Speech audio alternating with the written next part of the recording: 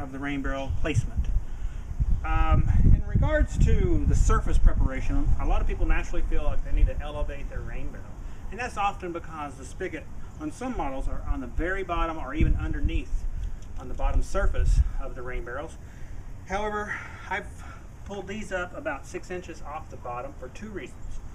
A, when sediment from your roof, especially if you have a new roof, you get a lot of sediment or debris from the trees and stuff, comes down into here, it'll settle below the level of the spigot, thereby saving it from coming out of your hose. Second, it weighs it down. And with the winds that we have here in Nebraska, it's good to have weight. Water being about 8 pounds per gallon, that's about 40 pounds of weight that'll stay in here almost all the time, because that's about 5 gallons that stays in there. Now, the surface should be somewhat level. It doesn't have to be exactly level. You don't want it on an uneven surface necessarily as far as a slope, but it doesn't have to be a cement pad or anything like that. As you can see here, I'm putting this one just directly on the ground, and there's no surface preparation involved with this one whatsoever, making it very easy. Now, the rain barrel, a couple of features about the rain barrel. It has a locking band. I don't know if you can see that very well, but there's a little mechanism here that goes through here and locks.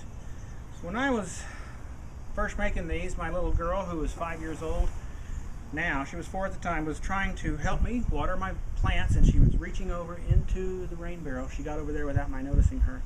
Had she fallen in, it would have been impossible for her to correct herself, and she would have drowned. So I ask that everyone keep these locked at all times if you're not around it. Just a zip tie through that little hole that should keep it pretty much safe. Now, to remove the lid, you just simply remove the band, or I set mine down there a little lower. The lid comes right off. There's mosquito proofing in here, mosquito proofing on the inside of the overflow. The nice thing about removing it is, A, I can put stuff on the inside of here to secure the spigot and the overflow so that there's no chance of it coming off. And secondly, I can, as you can see, this is not exactly in the center. So that gives us a little, we can rotate the lid to get it closest to your spigot, or rather to your downspout. I've attached the flexible tubing to the downspout. He had cable running here that is no longer active, so I cut that. So if you see that, don't let that scare you. Now the next thing we'll do, we just put it in place, put the lid on in the position that we want.